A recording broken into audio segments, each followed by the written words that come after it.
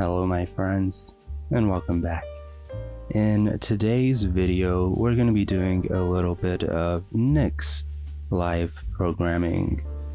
So I published this article yesterday. Set your Nix path to your system Flake's Nixpkgs for a more predictable Nix-Shell. So I'm going to show you what things looked like before. So yeah, why don't we do that? I'm gonna go into my base. I'm gonna remove this stuff here, and I'm gonna rebuild. And so I actually figured this out when I was looking into a project that somebody on YouTube that commented on one of my videos told me that they are working on. It is called the Lily editor. And there aren't any pre-built binaries yet. So to check it out, I would have had to compile from source. Yeah, this is the person on YouTube, Taura Amui. Cool name. I like that. Cool avatar as well. It's kind of Dark Souls-y. I like it. But yeah, this person told me that the dream for Lily is like a NeoVim that just works, right? So I think I need to open a new shell real quick. So I had this cloned, right? And this is a V repository. I don't know anything about the V language, right? So I did Nix-Shell -p vlang. And I did V version. And I was like, okay, I guess it's probably the latest version because I'm running the latest version of NixOS with the latest Nixpkgs. So I went and I looked inside the GitHub workflows. I see this here is how you build Lily, V dot. Well, that didn't work for a start, but there was another command, I think, in the just file that I tried. Anyway, I tried a command and I figured out, yeah, this is the one. So I tried a command and I got this. And then I looked this up and it seemed like this was a version error, right? Because this code depends on a newer version of the V language. And this is V version 0.2.4. So then I go and look at vlang on GitHub and on search.nixos.org, right? vlang. And I see this is vlang weekly 2023.44. And like, it's not that far back, right? It's not that far back. It definitely should not be this much in terms of breaking changes. So I looked at the actions run, and I think it was in install V. We saw that it was version 0.4.3. That's quite a big difference from 0.2.4. And you know, I went into my Flake and my packages and I installed it, and I had the latest version. I was like, huh, that is really weird. What is going on here? I don't understand this. And I didn't understand it until I came across this Reddit thread yesterday. And in the discussions, this user XMGplays pointed out that you can set your Nix registry Nixpkgs to be the same as your inputs.nixpkgs. And then this user PR06LEFS added that you gotta modify the Nix path, right? And this took me to this article from DataSwamp, a whole bunch of stuff. I synthesized what I learned in this article. So I'm at the point now where, you know, Nix-Shell is pulling from something completely different. And that's why when we get vlang, we get an old vlang. So not quite what we want. After we apply these changes, so let's just bring these on back and rebuild. Once we apply these changes, we need to log out and log back in for them to truly take effect. I'm gonna just open a new shell, right? And so now if I go into Lily, I do Nix-Shell -p vlang, I do v version. Oh look, it's v version 0.4.2, and I can do v dot, and it, oh, okay, I need one more dependency, my bad. I think it's this one, and then I can compile, and I get the Lily binary once it's done compiling. There we are. So I can... Cool, right? That's pretty cool. We have the Lily editor compiled and running because we have the right version of VLang. So, ideally, this should be set up and working out of the box for everybody using any of my NixOS starter templates, right? The one for WSL, the one for Cloud VMs, and the one for bare metal servers, because it's not a very nice experience, right? To think, oh yeah, everything is working, I followed a starter template, and then you try and Nix-Shell something and either it's not there, or it's a really old version and it doesn't really make any sense why it's an old version. And you know, really what I want to do with these starter templates is just get people using NixOS without thinking too much about, oh, I've got to learn the Nix language, I've got to learn all about flakes and this and that. I just want to give people something that works, and then that kind of gives them the freedom to learn as and when they want to about different things, as and when they need to. So why don't we go ahead and make some of those updates. So we'll start with the NixOS WSL starter. We can put this in WSL, I think. Yeah, I think we can put this here. So one thing that you may need to do if you're doing this and you're following along on your own Flake that is not derived from one of these is you'll need to patch through the inputs. The way that I do this is I patch them through into special args. So I do special args equals these defaults where you're already inheriting, and then I mash it up with the host name and the username, and then again I mash it up with any args that are passed into this make NixOS configuration function. So make sure that you're just, you're getting your inputs through, and then inside the Nix block, you can just pretty much copy paste. You can pretty much copy paste. So I'll put these here. And so this is the main, one of the main changes, right? You set the registry Nixpkgs, which is when you do Nix registry list, grep Nixpkgs, you want it to be pointing to that path in the Nix store from the system Flake.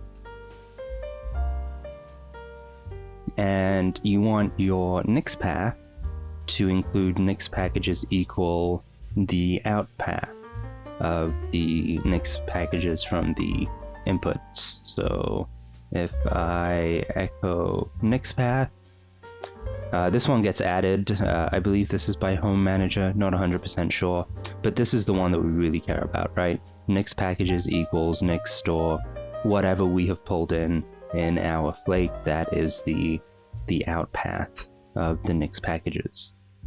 So cool, that is one of them done. And of course, if you have a Nixpkgs unstable, right? Let's just open this back up. So here we have inputs.nixpkgs and we have inputs.nixpkgs unstable. So if you wanted to have Nix-Shell -p always refer to the version of a package on Nixpkgs unstable, you could change this, right? You could have Nixpkgs unstable, Nixpkgs unstable outpath, and you'd always have it like that. So I know that maybe that is better for some people, but I figured that for the starter templates, it's best to stick to stable and then just pull in unstable packages as and when they're needed explicitly. So we can git add -p, and we can add feature nix, use Flake Nixpkgs for Nix-Shell. That's good. And we have actually a CI step set up here. So we have kicked off the CI job, and we're going to see if it works. We're going to see if it works. We're going to get that feedback. And it's all of my my build steps are a little bit different, actually. This one I took a lot of inspiration, aka all of it, from the NixOS WSL repo.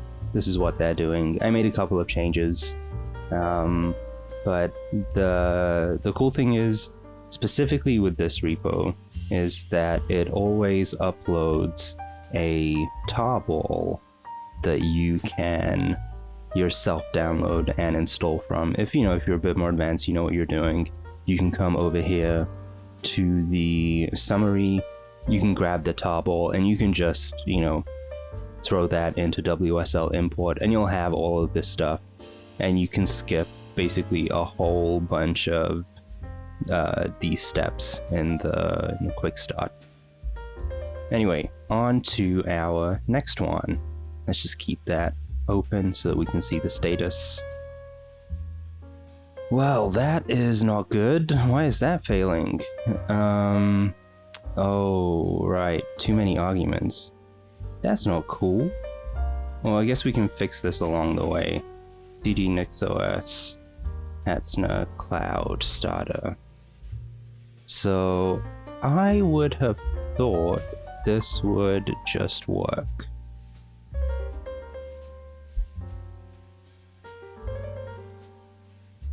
Okay, it doesn't. How do you make this?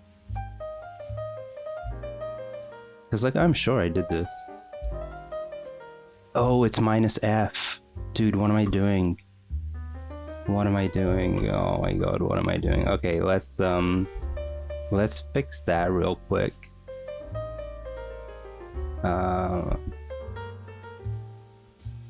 And let's just get that passing. I think this was the last commit I did. Yes, it was. I did that last night in a bit of a rush. Gonna force push over that.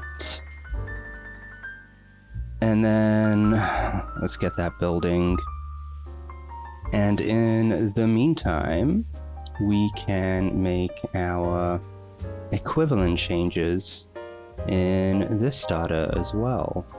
So in this case, we will go to the Linux file. We'll grab all of these, throw them in here. And you can see, right, if you don't patch through the inputs, you're going to get a lot of undefined name errors. Hey, you're referring to inputs, but I don't have any inputs. So add your inputs there. Again, just like last time, you need to make sure that you are passing through your inputs via special args. We're doing that from arg defaults, as you can see here. Oh my god, this still didn't work?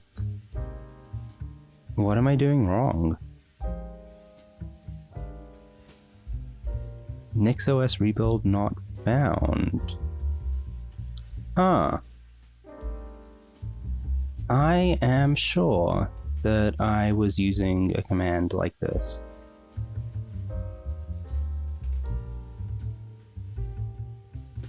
Huh. But wait, what command am I using here? This was again supposed to be a nice, quick, easy video where I look incredibly competent, but something happened. Something happened. So it seems like maybe we just have the Nix command here, right? So if I do nix build dot NixOS configurations dot what am I? NixOS? Alright, maybe we'll switch that to the nix build command.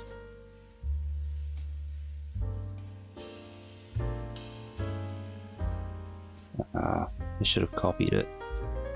Should have copied it.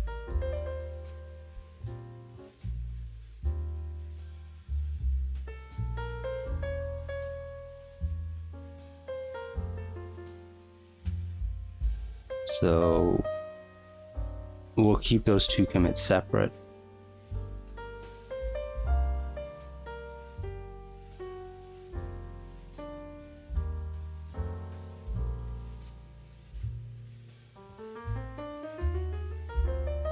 And we'll head on over here. Did this one at least build properly? It's going to take a little bit of time to pull in all those packages, but it looks like it's going well.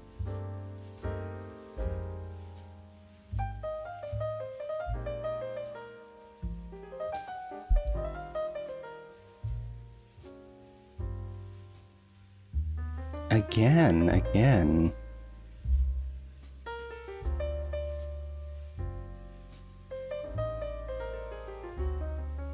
Oh man, maybe I need to back this one out.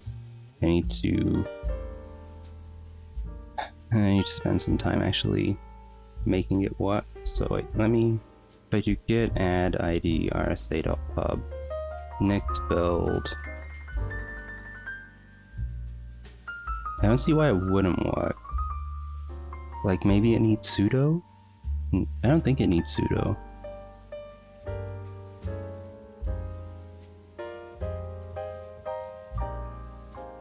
Alright, Google, let's see.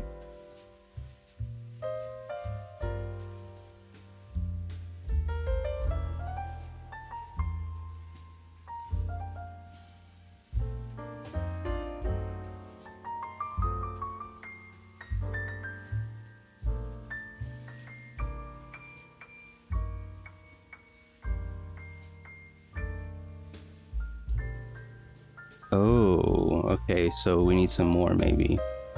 NixOS config system build top level. Is this gonna let us build?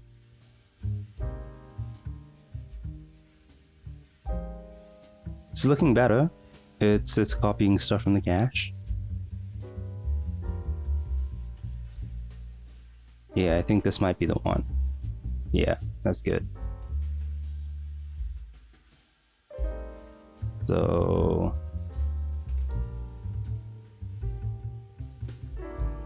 yeah, hopefully. So I need to git restore staged. And I need to gapper just what's in here. Force push that again.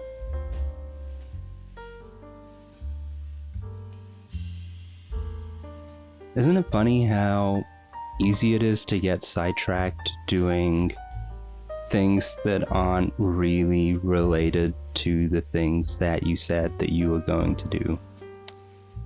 It happens all the time. Happens all the time.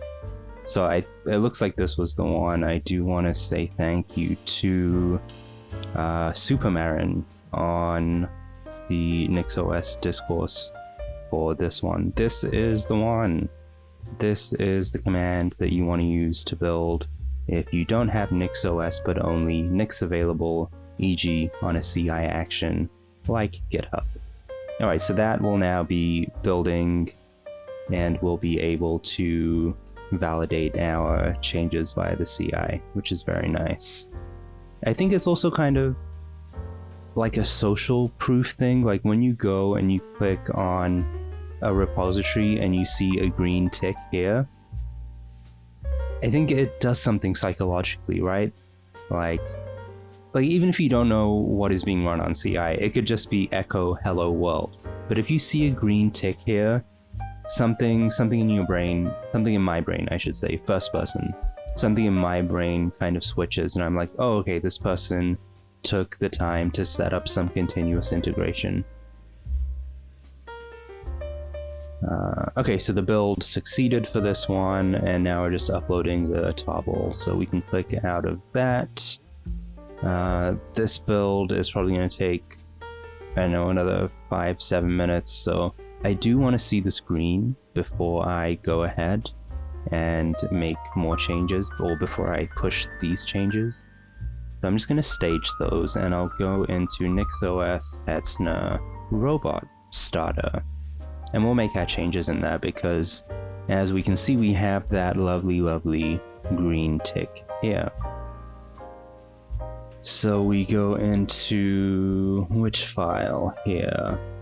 I think it's still the Linux file. Yeah, it's the Linux file. We'll grab this stuff, put it in here, make sure that we are bringing through our inputs. And that should be it.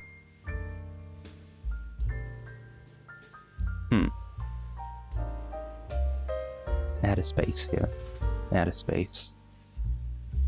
I do want to check that I have so many issues. I want everything to be in the right place and with the right amount of spaces across all of the... oh, that's nice. It built. Very nice. Green. So we can go back and do that. But yeah, I want all of this to be consistent across all three. Not just because I have issues, but because it helps me when I'm switching between the different templates as well. So we got that. And what was the commit message? Yeah, git cz, feature Nix, use Flake Nixpkgs for Nix-Shell. So we can set that one to run, and in the meantime we can go back to the Hetzner Cloud Starter, make sure that our spacing and everything is right. Yeah, I knew it. And we can git cz beat Nix, use Flake Nixpkgs for Nix-Shell. Oof. Okay, so this one is still doing the upload of the toggle, which just finished now. Oh no, it did not just finish now. 60 something percent. It is a big toggle, so it's probably going to take about the same amount of time as the build. Now we can look, we have the Cloud Starter going, we have also the Robot Bare Metal Starter going. And they all require slightly different commands. You know, they all require slightly different commands. But a fair chunk of it should be getting cached by the Nix Magic Cache, which should help. So that was maybe a bit too fast. You can see that here, this path is not being copied from cache.nixos.org. It is being copied from the Nix Magic Cache. So I did make a video on this earlier. Nix Magic Cache. I think it'll be the video before this one chronologically. There are actually two repositories, so do not get confused like I did. One is the Magic Cache, which is the Rust binary that does all of the heavy lifting. It is a collaboration with Jiaofeng Li, who is the author of Attic, which is a self-hosted multi-tenant Nix binary cache. I think, you know what? I think I'll make a video on how to set up your own Nix binary cache with Attic. I think that seems like a worthwhile thing to do. So you may want to do this, right? You may want to set up a self-hosted Attic if you want to share the cache between multiple members on a team, because the Nix magic cache only works in the context of GitHub Actions, right? You only pull and save to it via, GitHub Actions cache as a backend. So it's really useful on CI, but if you would also like a separate server that anybody in your team, in your organization can pull from with authorization, or even if you just want a small Attic cache for yourself so that you're not rebuilding the same thing on multiple machines. You build once, you push it, and then when you run updates on your other machines, instead of compiling the same stuff, it can be pulled from the Nix Attic cache. That's also a really good shout. And then the other part of this is the magic Nix cache action. And this is, the users that you pull in to your GitHub action, and you can set all the options here. So I was, in the last video, I was looking around for where do you set the diagnostic endpoint? It's in here. You just use with diagnostic endpoint and set it to an empty string if you don't want to send diagnostics to determinate systems. So they are using this to, I think, to try and validate just how much faster repositories are building their jobs, executing their jobs with the magic cache. I don't know. They seem pretty trustworthy, but if you would like to turn it off, it's always good to know you can turn it off via this with diagnostic endpoint parameter.